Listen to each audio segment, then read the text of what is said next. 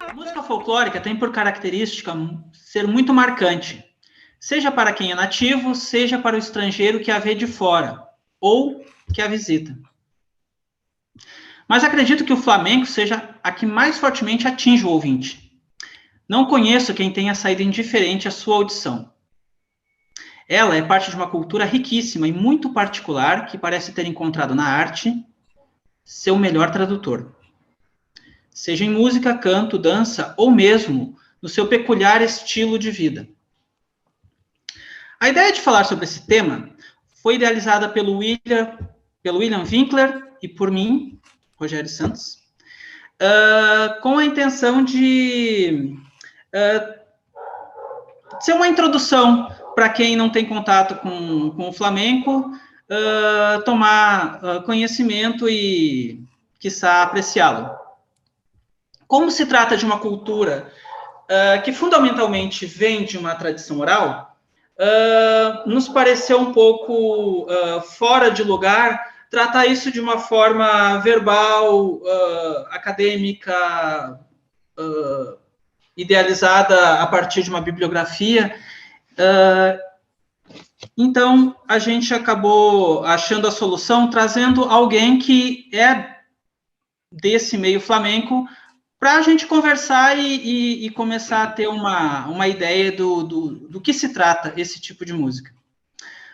O nosso convidado aqui, que vai conversar com a gente, é o Jefferson de Lima, um músico gaúcho, paulistano, que vive o flamenco há mais de 20 anos, e eu sou testemunha disso. É o tipo de pessoa que dorme e acorda por boleria. Então, para conversar com a gente, o Jefferson se disponibilizou a bater esse papo e vamos ver aí no que vai dar, né? Jefferson, a primeira pergunta que eu quero te fazer é uma coisa que é até meio engraçada aqui no Brasil, né? Porque, no geral, as pessoas acreditam que o flamenco é aquilo que o Gypsy Kings faz. Você pode falar para a gente por que o Gypsy Kings não é flamenco? Hello? Estão me ouvindo? Sim, estamos. Eu não sei porquê, mas eu acho que não tinha que mudar aqui o quadrinho aqui? Vocês me veem agora que eu estou falando ou não? Nós estamos vendo. Não, primeiramente, obrigado, né, cara, por esse convite aí, né, falar de Flamengo. Eu preciso dizer uma coisa que talvez decepcione muitas pessoas, mas o Gypsy Kings, eu não posso dizer que ele é totalmente flamenco, mas eu não posso dizer que não é flamenco. Essa é a grande questão, né? O que acontece é que é uma subdivisão do flamenco. O Gypsy Kings, eles são ciganos da França e que tocam rumba. E a rumba, ela é um dos ritmos que está dentro do flamenco. Só que ela também é um ritmo que tem fora do flamenco. Então, o que acontece é isso. Você tem você tem uma situação onde deixa muita dúvida para a galera, né? Então, a galera vê aquilo, vê aquela coisa toda, fala, é flamenco, não é flamenco. Então, essa discussão é eterna. Todo mundo sempre teve essa discussão, né? Mas, assim, Gypsy Kings, eu não posso dizer que não seja flamenco, não. É uma subdivisão. Seria um dedo ali do flamenco, né? Só que o flamenco é uma cultura bem ampla, bem vasta, com muitos ritmos diferentes. Seria um flamenco econômico. Não, eu acho que é uma coisa mais popular, assim. Vamos dizer que dentro das artes plásticas, por exemplo, você tem aquela arte mais popular, que qualquer loja que você, sem citar nomes, mas qualquer loja que você entra tem aquela arte mais popular que a pessoa coloca na sala, né? E você tem as coisas mais profundas, que são de difícil, né, entendimento. Claro. Então, eu acho que nesse caso é aí que se enquadra o Gypsy Kings. O Gypsy Kings, ele é um ritmo bastante popular, né? A rumba é bastante popular. Eu acho que por ser quaternário, por ser um palo, por ser um ritmo que ele é muito mais acessível ao ouvido ocidental. Então, eu acho que esse foi um dos motivos que se popularizou tanto, né? E qualquer coisa você consegue colocar por rumba, qualquer música você consegue tocar ela por rumba. Parabéns para você, qualquer coisa. Então, assim, é uma clave muito fácil de assimilação do ouvido, né? E aí os caras foram sucesso. Eu acho interessante você ter citado essa coisa do ocidental, né? Porque o que chamou a atenção da gente a princípio a fazer essa conversa foi o fato de que a gente parece para a gente que a música flamenca acaba sendo um encontro de lugares diferentes, né? Se a gente começar a traçar as raízes do povo que começou a desenvolver essa música, a gente vai achar eles saindo da Índia há mais de 500 Exato. anos atrás, né? E cruzando pelo Oriente Médio até eles chegarem na Europa, né? Então, você acha, Jeff, que o flamenco pode ser uma música de encontro entre Oriente e Ocidente? Como é que você vê essa relação cultural, geográfica do flamenco? Assim? É uma música acho exatamente. Como é que é isso? Eu acho exatamente que você falou o ponto certo da coisa. Assim. Eu acho que é uma interseção entre o Oriente e o Ocidente. Porque o que acontece? Para o povo ocidental, inclusive, o flamenco ele passou a ser um produto nesse sentido. Todas as pessoas que estavam na Europa e iam passar pela Espanha, nossa, lá na Espanha você vai ver coisas diferentes. Nossa, é muito interessante. Porque a escala, né? Isso, né? Dessa coisa de ter essa sonoridade que remete ao Oriente. Com uma mescla de culturas ali, formou uma coisa mística. Tanto é que a ópera Carmen trata disso, né? Acaba sendo uma coisa que é produto daquelas escalas, daquelas coisas, de todo aquele movimento oriental, né? Então, assim, para eles soa bem, e para o ocidental soa uma coisa assim, uau, né? Que místico isso, o que é isso, né? E está muito mais perto do que as coisas orientais, né? Então tem uma certa mística, assim, entre né, dessa coisa da origem dessa música, dessa mescla de como ela se apresenta, né? Uma coisa, esse meio acaba gerando também muita especulação de onde veio, Exato. como é o encontro. Eu acho que é porque pega no imaginário, né? Tudo aquilo que a gente não conhece forma uma nuvem, né? E uma coisa de curiosidade, assim, o que será, né? Aquele negócio e tal. Então, toda vez que a galera vê Castanhola, aquelas mulheres bonitas e tal, aqueles caras cantando e tal, a guitarra, né? Essa coisa do rasgueio, né? É uma forma muito diferente de tocar violão, né? Você tem essas coisas da velocidade, você tem essas coisas que a própria guitarra se gasta em alguns momentos, né? Para algumas coisas. Eu acho que tudo isso vai criando uma mística.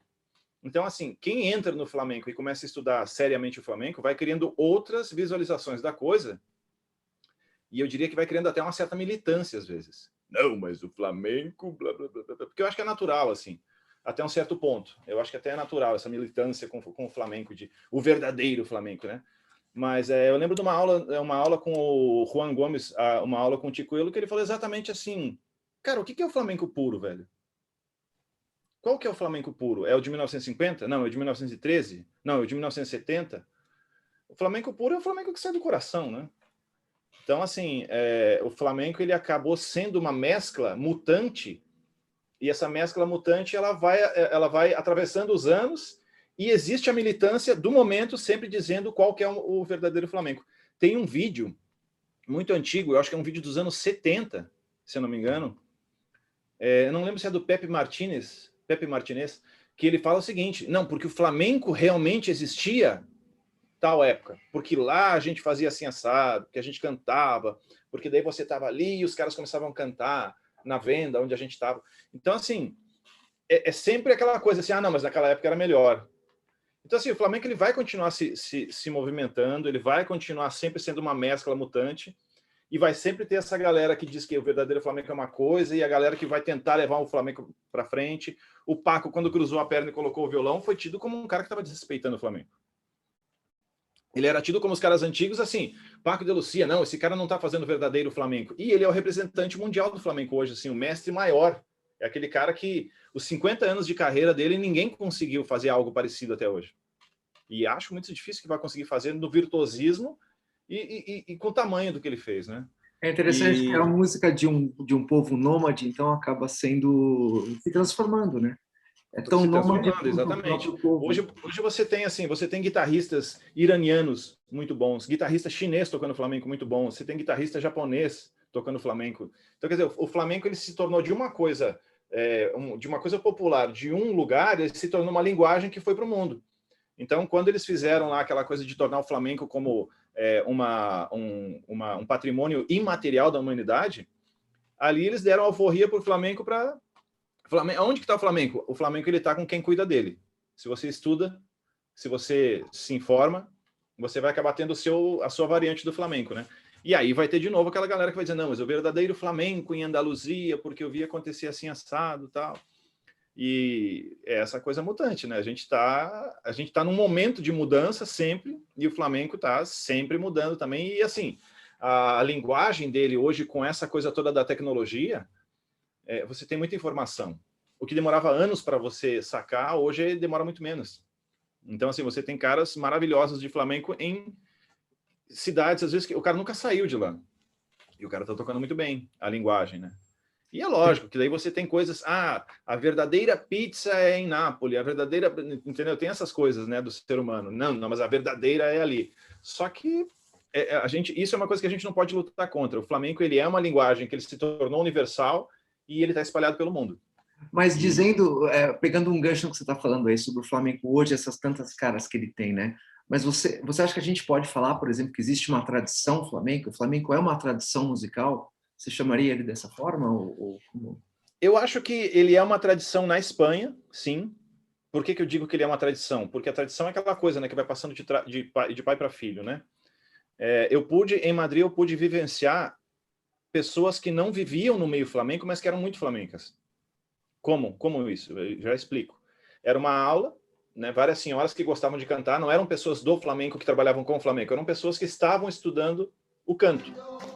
E elas iam para lá para fazer aula com um cantaor da Espanha.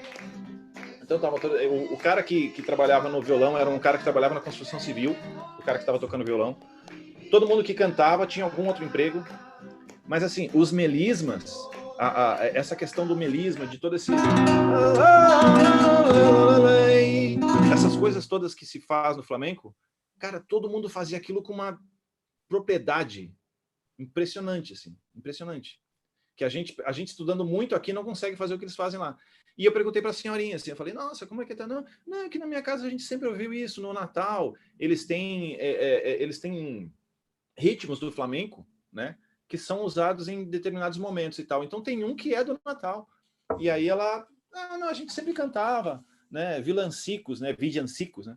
A gente sempre cantava na minha casa e tal, desde que eu era criança, não sei o quê. Então, por isso que eu digo que ali naquela situação existe essa tradição. Existe a tradição, por quê? Porque o vô ia na festa, escutava flamenco e tal. Aí o filho também, agora o neto também, porque é de costume daquela casa que todo mundo esteja envolvido com aquilo, mas aquilo é mais uma das coisas. É como se fosse um forró. É como se fosse uma música sertaneja de viola que o cara toca no interior aqui, exatamente igual. É muito engraçado, é muito interessante, então tem esse enraizamento cultural, né? Parece que a música ela não é somente um produto cultural como a gente vê hoje. Eu quero ser artista, quero ser youtuber, quero ser... Eles têm isso como uma prática, como uma prática de si, né? De uma certa forma. Exato. E você acha que teve um momento, Jeff, na história do flamenco, em que, por exemplo, começam a aparecer as primeiras gravações, os primeiros registros audiofônicos? Você acha que isso muda um pouco a relação? A partir do momento que algumas pessoas começam a gravar e a registrar aquilo, as pessoas passam a ver aquilo como potencialmente uma profissão ou potencialmente um valor artístico. Sim. Sai do canto de Natal, sai daquela prática familiar e vira algo que pode ter um valor artístico ou até algo...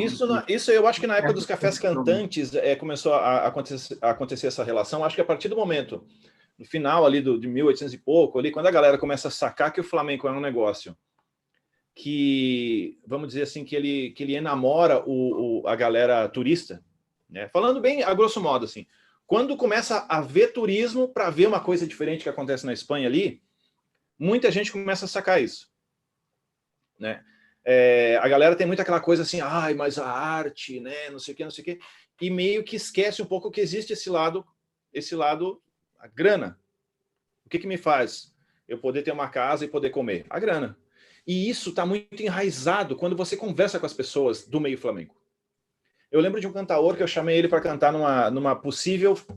Era uma possível apresentação que poderia acontecer toda semana, que eu estava ajeitando com um restaurante. O restaurante aceitava que eu fosse um guitarrista de fora, mas o cantaor tinha que ser espanhol. Eu liguei para o espanhol, liguei para vários lá, e liguei para um e falei assim, cara, é o seguinte, ó, se der certo, são 50 euros por apresentação. O cara falou, não, bicho, e ele já era um cara que cantava há muito tempo. Ele falou assim para mim, não, bicho, tranquilo, o importante é encher a geladeira. Ele falou essa frase para mim. Que interessante. E eu falei assim, e naquele dia me caiu uma ficha de que eu já tinha sacado em outras conversas com outros caras de que, cara, por que o fulano tá tocando guitarra agora à tarde? Ué, é o trabalho dele. O trabalho dele é pegar a guitarra e ser o melhor que ele puder, porque quando chamarem ele para fazer uma festa, uma coisa, ele tá com tudo na mão. Então, assim, é o trabalho dele. Enquanto uma pessoa vai trabalhar no escritório, outra pessoa vai cortar carne lá no açougue, ele vai claro para eles assim, cara, isso aqui da minha família para mim disse que tá instável, mas eu tô ouvindo vocês dois tranquilo. Não, cortou um pouquinho, mas acho que agora voltou, a gente conseguiu estabilidade agora. Agora tá normal. Pode continuar. Normal. Então, o que acontece é que eu percebi assim que para muitas pessoas lá, a questão de tocar um instrumento, de trabalhar com o flamenco é realmente um trabalho. Isso é uma coisa respeitada pela família. Não, você vai ser um bailaor. Não, você vai ser um cantaor. Não, você vai ser um guitarrista flamenco. Então, assim, eu acho que lá, principalmente na Espanha, há muitos anos existe essa consciência de que vou trabalhar com esse instrumento. É um trabalho e eu vou ser muito bom nisso e vou trabalhar. E isso talvez veio na relação com o resto dos habitantes da Europa, né? Acabou sendo uma forma de ganhar a vida, assim, né? Aí, não sei, agora, talvez, falando um pouco do Paco de Lucía, ele vem nesse meio, nessa situação? Ele cresce nesse meio? Exatamente essa situação. É exatamente essa situação. Quando o Paco conta, em vários documentários, ele conta a história dele, o pai dele, né, casado com a Lucía, né, que era portuguesa, o pai dele tinha já seus filhos lá, 4 filhos, né? O Paco, mais 2 irmãos e uma irmã. E o pai tocava nas festas. Então, assim, o pai, além de trabalhar em outras coisas, o pai ainda tocava nas festas. Então, assim, toda vez que, como eles falam, senhoritos, toda vez que alguém que tinha grana queria fazer uma festa, chamava a galera do flamenco para fazer festa, né? Era como se fosse chamar um grupo de samba para fazer samba aqui Então, chamava aquela galera. E o pai do Paco conhecia muita gente do meio flamenco.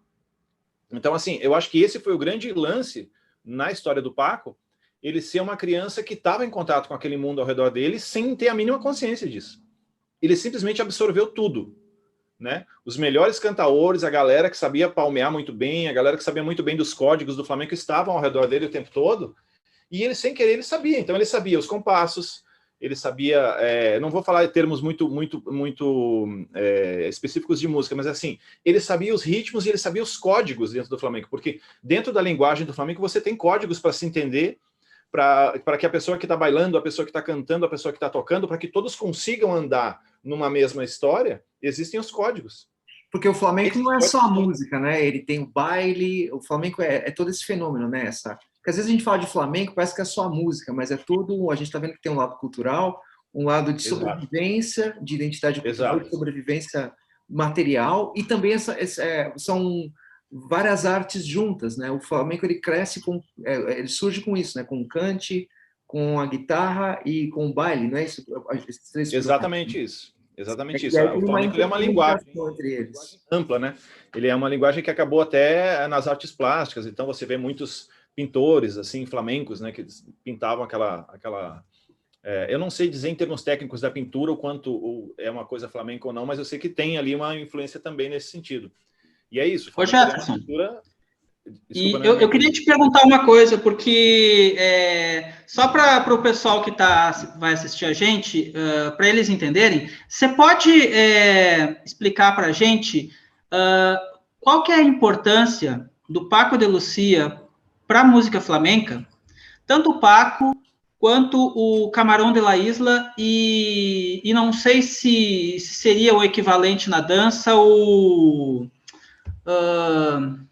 Gades, o Antônio Gades. Sim. Você pode explicar para a gente isso um pouco mais detalhado? O que é que o Camarón, o Paco e o Gades fazem com o Flamengo que vira a chave, que faz o Flamengo ter esse avanço e ter essa progressão que a música que era feita antes não tinha? Sim. Eu acho que assim, o principal lance do Paco, primeiro por essa história dele e a disciplina que ele teve e tal, e a coisa de virar o maior guitarrista do momento, ele com 14 anos ele já era um nível, assim, um nível incrível, né? Eu acho que no caso do Paco foi a cabeça dele sempre na frente, eu já tenho esse flamenco, eu já tenho essa linguagem, e o que tem para lá? Então ele foi essa coisa de sempre buscar algo, inovações, sempre buscar. Você pega em cada fase do Paco, ele está melhor. Ele sempre está adquirindo coisas novas e apresentando coisas novas e transformando o flamenco dele sem deixar de ser flamenco. Então, assim, eu acho que esse foi um motor do Paco que foi fazendo dele um artista assim exponencial, sempre muito melhor. E ele surge com o Camarón, como o Camarón ele era meio assim, o Camarón ele era um cara muito simples. Então, assim, ele simplesmente cantava do jeito dele, ele quebrou várias regras, né, que se tinha dentro do flamenco tradicional até aquele momento. O Paco não estava muito a fim de seguir regras, ele estava a fim de modernizar. O Camarón, quando encontra o Paco, existe uma simbiose entre os dois, assim, porque o Camarón também está numas de modernizar e fazer o que desce na telha. Ele não estava muito preocupado com a tradição. E os dois acabam formando uma dupla que tudo que não podia, eles fizeram. Por exemplo, o Camarón é o primeiro cara a pegar todos os cantes da Espanha e cantar, que é uma coisa que pouca gente sabe. O que o Camarón fazia? Ele e o Paco, se eles iam tocar numa cidadezinha no interior, eles levavam um gravador, né, de fita e chegava lá com pilha, né, e chegava lá e depois que eles faziam um show, eles falavam assim, quem é o cantaor aí da região? É o seu fulano, que tá ali. O que o seu fulano gosta de beber? Ele gosta de vinho do Porto. Eles pegavam uma garrafa de vinho do Porto e iam lá, ô, seu fulano, tudo beleza? Pá! Garrafa, gravador e o velho cantava. Então o Camarón, ele sem ter uma formação, sem ter uma coisa formal, assim, de um curso, não, o Camarón ele foi muito esperto. Ele foi pegando todos os cantes e aprendendo todos os cantes da galera que ele foi conhecendo. Então ele ia anotando no caderninho os cantes e ele ia incorporando aquilo da forma dele cantar. E o Paco, da mesma forma, todas as coisas que ele via, o Paco via um acorde diferente, cara, ele já, vou incorporar isso no meu lance. Então, tudo que ele via dos outros, o Paco, ele pegava aquilo e acabava transformando de um jeito dele. Então, o Camarón e o Paco acabaram formando uma dupla que fez um novo flamenco, tanto é que é chamado Novo Flamenco, tudo que vem depois. A própria história do cajón, que é aquela caixa que o pessoal senta e toca, né, bate lá. O que acontece?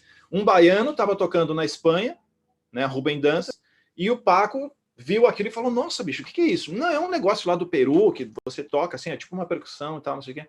O Paco olhou e falou, isso aí dá um som muito legal, velho. Vamos colocar isso aí no flamenco. E colocaram. Hoje, todo grupo flamenco tem cajón. Foi colocado através de um baiano, passou para o Paco, que incorporou aquilo. Então, assim, eu acho que, como os caras estavam na frente, eles acabaram meio que ditando regras para o novo flamenco que foi surgindo. E é genial essa relação com a tradição, né? Porque apesar de eles serem inovadores e originais, eles acabaram conversando com esse pessoal da geração anterior, absorvendo aquilo dentro da cultura. E é muito bonito, que me lembrou uma frase interessante de um pensador aí, em inglês ele chama Donald Winnicott, acho que o pessoal conhece psicanálise e fala muito sobre ele. Ele tem uma frase muito bonita, que ele diz que não é possível ser original a não ser a partir da tradição. Então, mas é a base, né? Bonito do que você está dizendo, né? É a base. Depois de muitos anos ouvindo assim muito flamenco, porque tem aquele período que o cara se enamora do flamenco e começa a escutar as primeiras coisas que impressionam, né? Nossa, você sente amigo, né? Você vê as coisas modernas, você fala, uau! E aí você começa a ouvir aquilo muito. A partir do momento que eu comecei a ouvir o flamenco antigo e comecei a ir mais na base das coisas, eu comecei a perceber aonde que o Paco tinha tirado muita coisa. Da onde que saiu aquilo? Pequenos detalhes. Você fala, por isso que o flamenco, né? O flamenco ele continua sendo flamenco mesmo moderno. Por causa disso, o cara existe uns pilares básicos ali que ele não vai mudar, que é o que vai influenciar a nova coisa. Mas assim, não deixou de ser flamenco, não deixou de ser. Então, na tradição lá, se a gente for pegar mesmo a tradição do violão, qual que é o ponto? Aonde começa a guitarra flamenca, assim, né? Você tinha os ciganos, os gitanos, os caras que eles tocavam, que eles chamavam de toque para baixo. Por que era para baixo? Para baixo, né? Tudo que os caras tocavam era assim, com rasgueio para baixo, para acompanhar cante. Então, cara, era tudo rasgueio, o tempo todo para formar um colchão sonoro para aquele cara que estava cantando, né? E os guitarristas clássicos não queriam o Tarrega, né, tal, essa galera. Não, vamos fazer transcrições, né, pinçar a nota, né? Essa coisa de pinçar a nota para que a nota saísse tudo mais limpinha. E quem pega essas duas escolas é o Ramon Montoya, que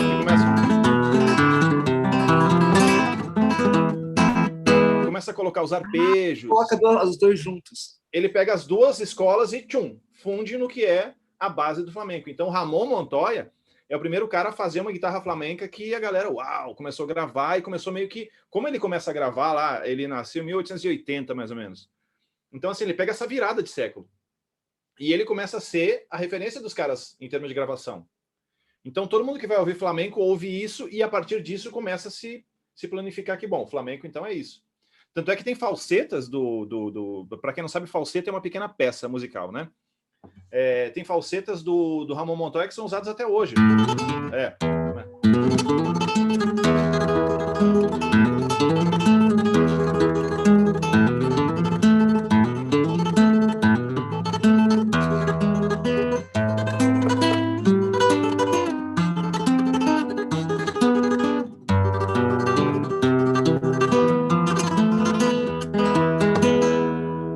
Isso aqui, por exemplo, é uma falseta dele do Ramon Montoya.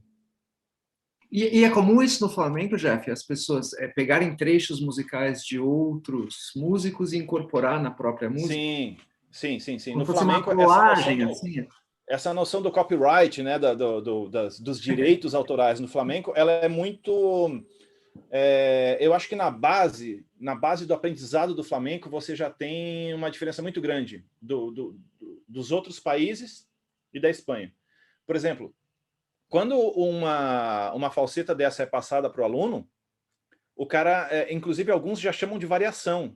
Os caras não chamam de falseta, uma coisa assim, não, essa variação aqui é uma variação assim. Quando ele vai passar para o aluno, ele já fala, não, você pode fazer assim, você pode colocar um negócio aqui, você pode fazer de outro jeito. Então ele meio que já te entrega aquele material falando que é mutável. Diferente do Brasil, que você pega Ah, não, isso aí é é uma música do Gonzagão. É um baião, hein? Sabe? O cara ele já tem aquela coisa. Não, mas aí você copiou o Luiz Gonzaga. Lá não. Me passa uma falseta de solear. Ok, o cara vai pegar...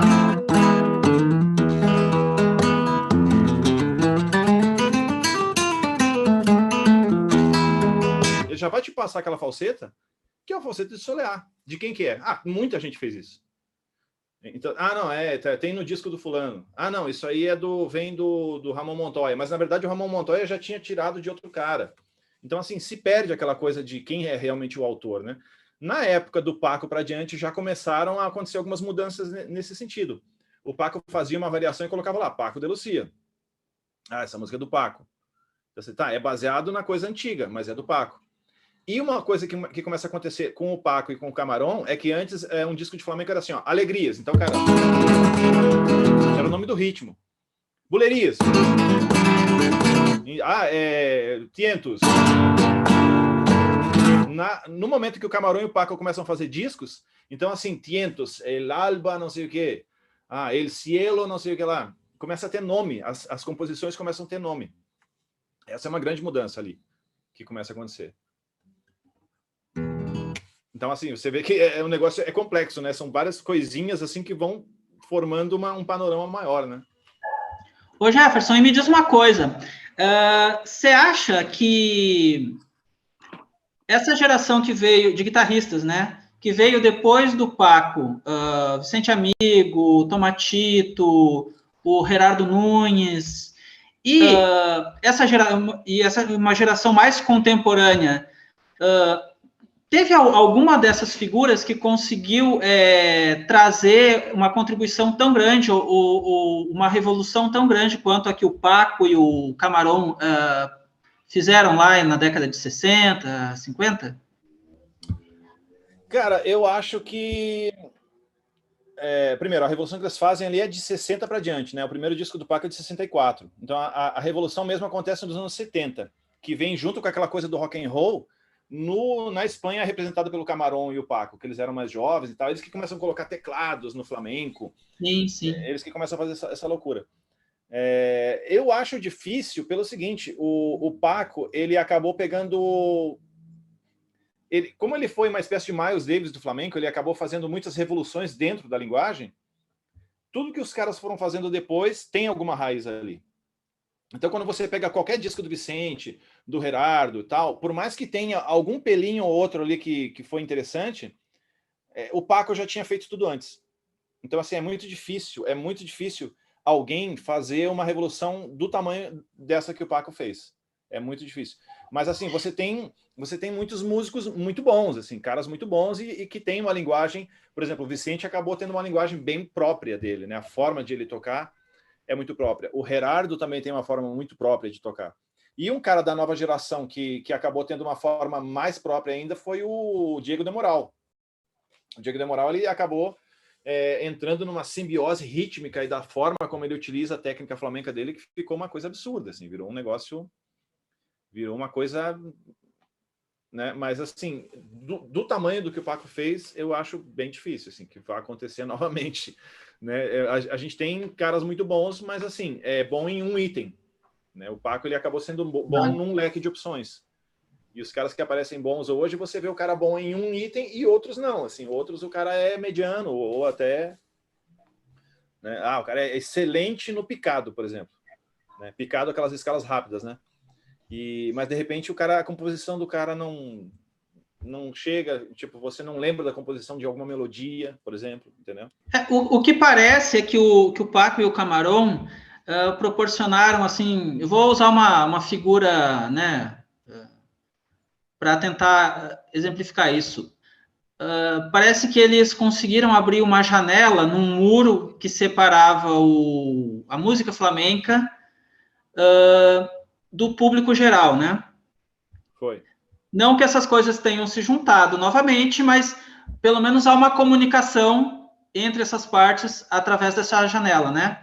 E isso me parece bem interessante por aquela questão da fama que o Camarón teve na década de 80 lá, em que em alguns espetáculos as pessoas levavam os filhos para o Camarón tocar, como se o Camarón fosse um ser abençoado, né? Eu acho isso fantástico.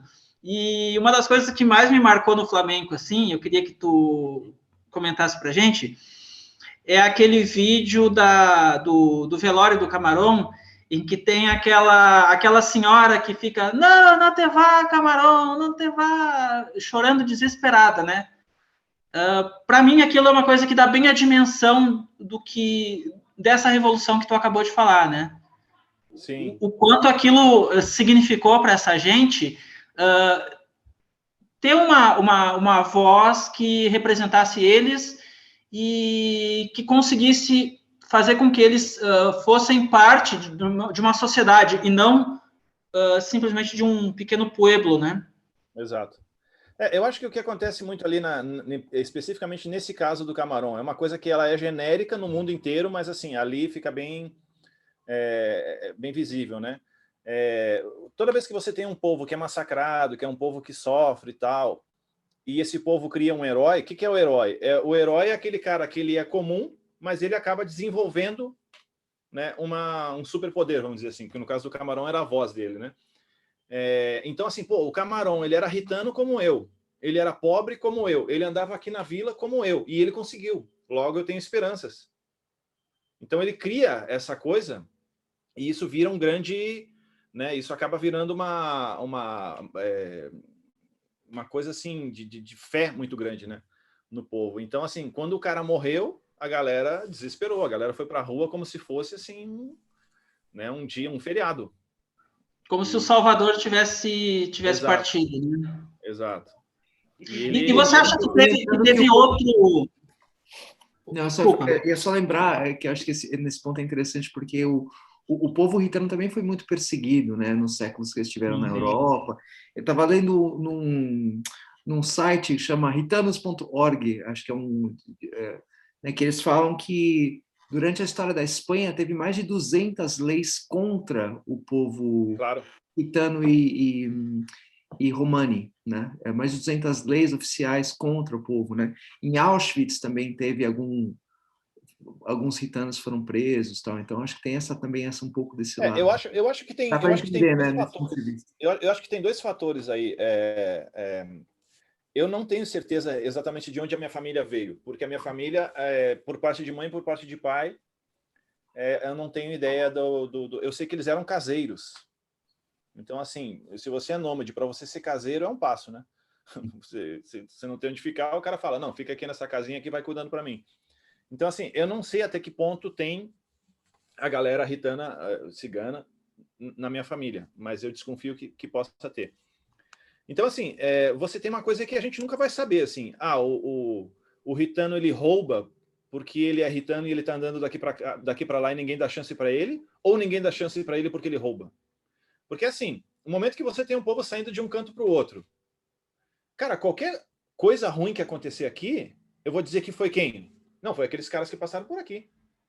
Foi eles. O cara não está aqui para se defender. Esse é um fator. E o outro fator caramba, bicho, eu tô andando, ninguém me dá uma chance para nada.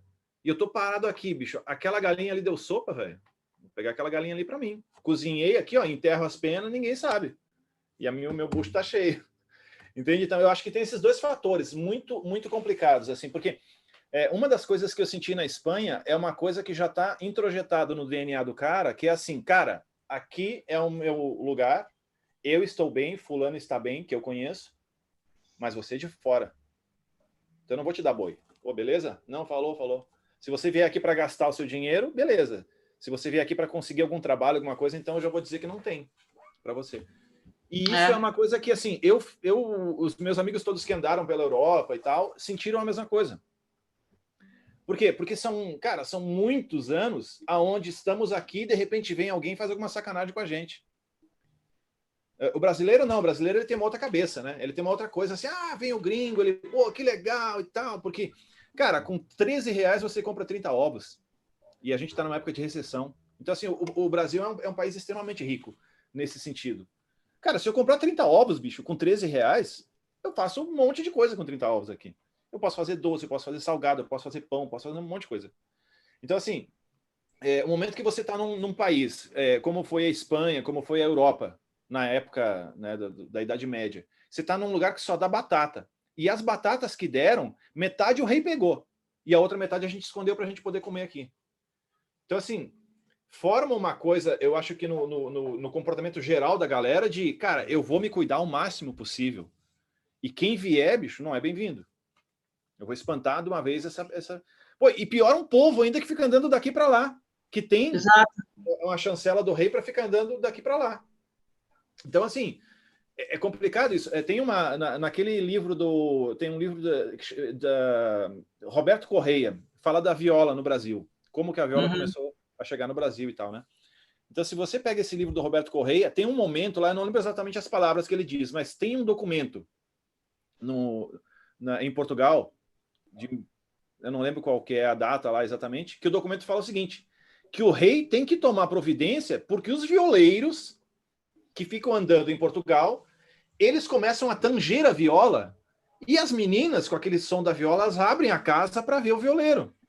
E o violeiro acaba se aproveitando das meninas e das comidas que o pessoal tem em casa. Então você pensa assim, caramba, bicho. Cara, isso assim, falando de 1600, mais ou menos, né? Então você imagina, cara. O cara é violeiro. Eu tô aqui trabalhando na minha plantação. Vem um violeiro, filha da mãe, cara. Faz um sonzinho ali. Fica com a minha filha e ainda come a minha comida, bicho? Pois é. Eu vou fazer? Vou reclamar pro rei. E isso até hoje tem, no Brasil, até hoje tem essa coisa enraizada. Não, o músico tem esse estigma ainda, né? Não, exato, porque assim, cara, como que eu vou ficar bom num instrumento? Eu tenho que parar e malhar. Nossa, é difícil? É difícil. Vou fazer de novo. Eu vou ficar fazendo isso muitas horas. E o cara que está, às vezes, fazendo um outro trabalho que ele não curte muito, ele vai dizer assim, ô, bicho, eu tô aqui me ferrando, cara. E esse vagabundo tá ali feliz, porque ele tá vendo que ele tá vendo o momento que você já tá tocando alguma coisa, já tá fazendo alguma coisa e tal, e a galera tá, uau. Então, a classe artística sofre muito esse tipo de coisa. É lógico que você tem dois tipos de artista. Você tem aquele artista que realmente trabalha, que vai atrás, que, né, ele tenta melhorar a sua arte e tal. E realmente você tem artista vagabundo. Tem o cara que se aproveita da arte, né? Exato. Não, porque a minha arte, porque não sei o quê. Aí o cara ele não faz nada. Ele fica achando que o fato dele abrir a boca e chegar em cima de um palco e fazer alguma coisa já é arte. Aí já o transforma em artista, né? Exato, porque assim, é um limbo. Essa interseção entre a arte e a razão e o estudo e tal é um limbo aonde, cara, é muito difícil. Assim, você consegue encaixar aí, não com argumentações, né? Você consegue, com uma argumentação, dizer que o cara sentar na frente do piano e ficar 4 minutos e 20 ali na frente é só o ato de demonstrar que tem outros sons rolando. E ele chama isso de peça. Então, assim, até que ponto isso é uma venda de um argumento e até que ponto isso realmente é uma arte? Deixa eu só perguntar uma coisa para vocês. Vocês dois estão congelados aqui na câmera. E para mim tá normal. Principal aqui, tá normal para você, William? Não, aqui tá normal, sim. Tá normal? Ah, ótimo. Não, que para mim aqui deu uma... Não tá aparecendo vocês, mas não, se tá normal, tudo bem. Não, tá tudo normal. Eu só tô pensando também no horário, gente, da gente... a gente já tá chegando no final. Minutos. Você tem mais alguma coisa para perguntar para o Jefferson, William? Eu acho que foi mais... Acho que a gente praticamente cobriu tudo que eu tinha pensado.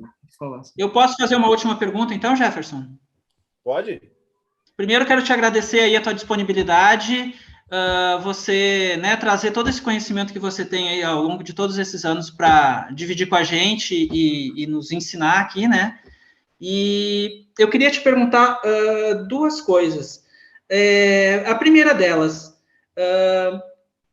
a gente está falando de flamenco e tal, como se isso fosse uma coisa que existisse só na Espanha, né? Mas esse movimento de flamenco no Brasil, eu pude, né,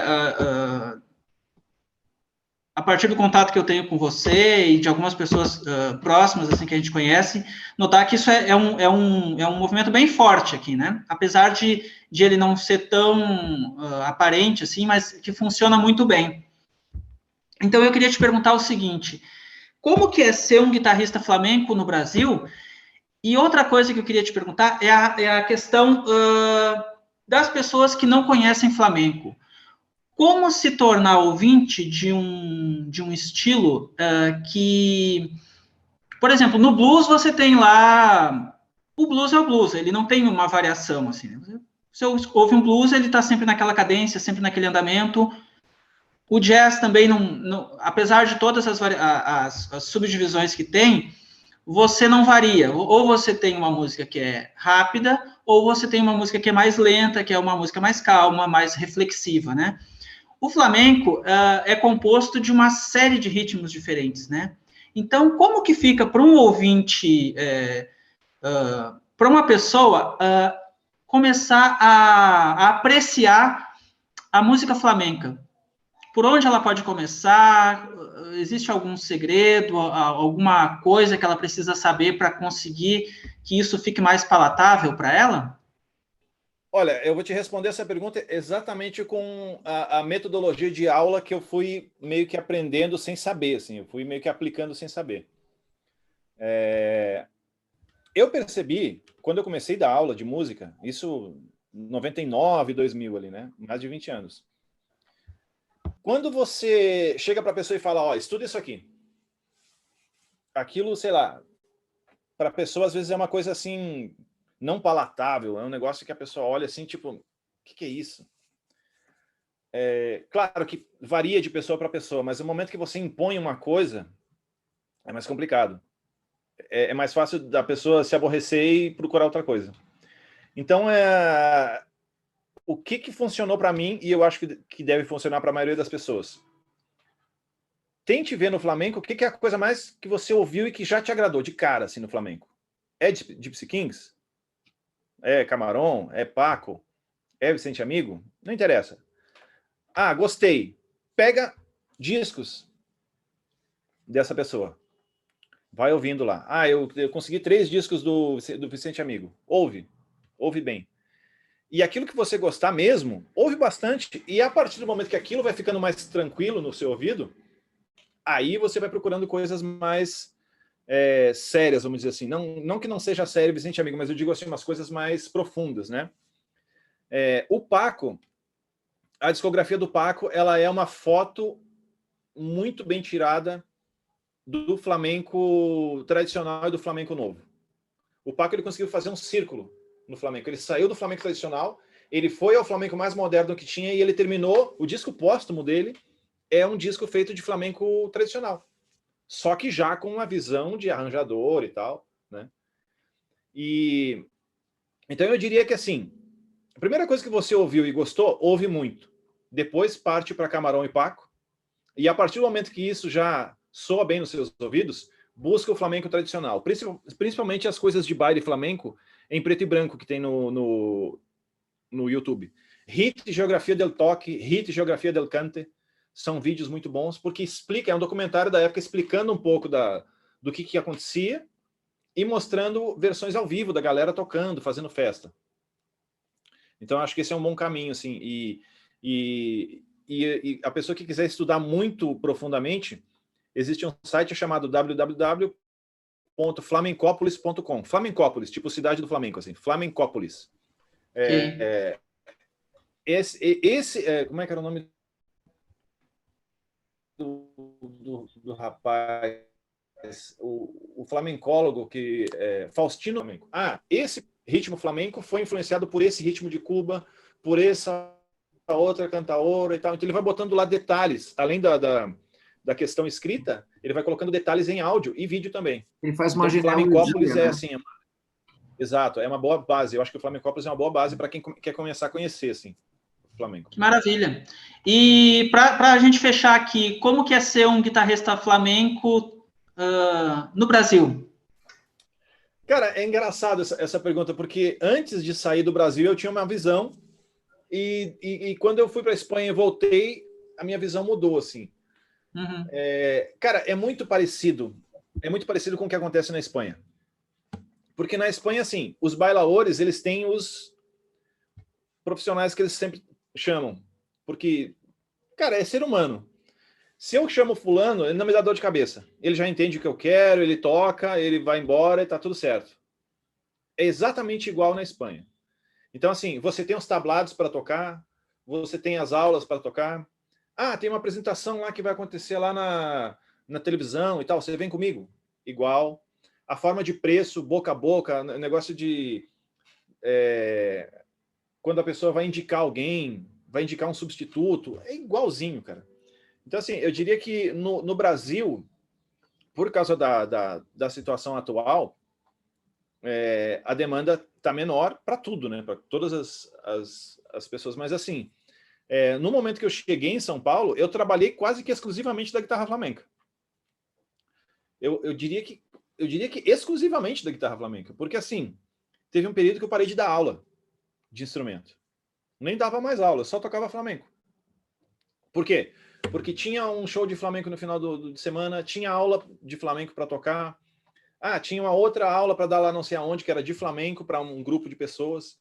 E com isso eu consegui, durante muito tempo, me manter trabalhando normalmente, assim. Então, assim, eu diria que é igual outras profissões e é igual a outras profissões com música também.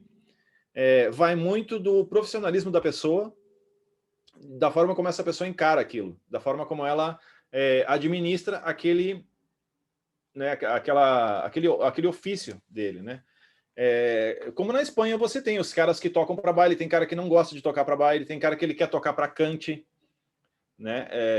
Tem cara que você pede o palo, ele já sabe, né? No Brasil, como quem chama a gente para tocar são as bailaoras, qual que é o grande lance do guitarrista? É ele saber o que a bailaora precisa.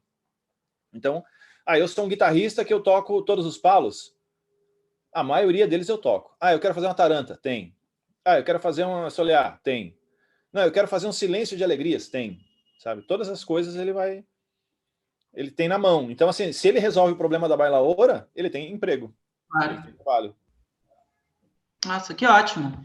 Bom, ainda bem que isso funciona bem, né? Porque realmente é um ritmo, é um estilo musical muito interessante e a gente conhece diversos outros guitarristas que são, né, assim como você, tão bons assim, e que realmente fazem com que isso aconteça e trazem, né, o conhecimento desse estilo para a gente que pensa que aqui só tem samba e bossa nova, né?